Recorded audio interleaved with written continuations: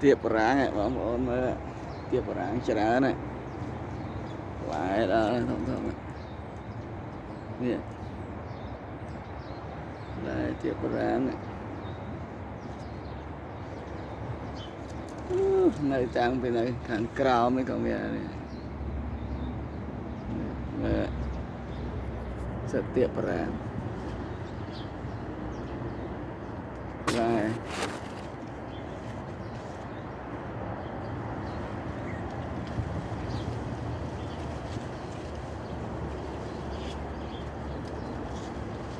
lại đó có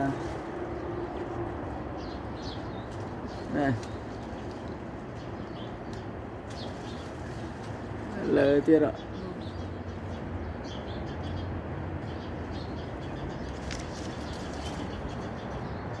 yeah.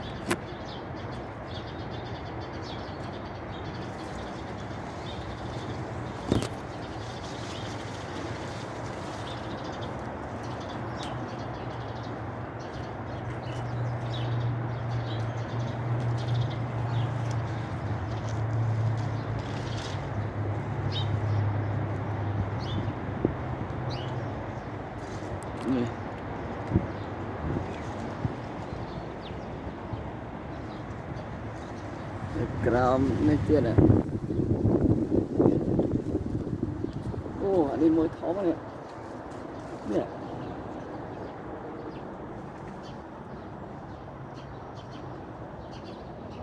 nè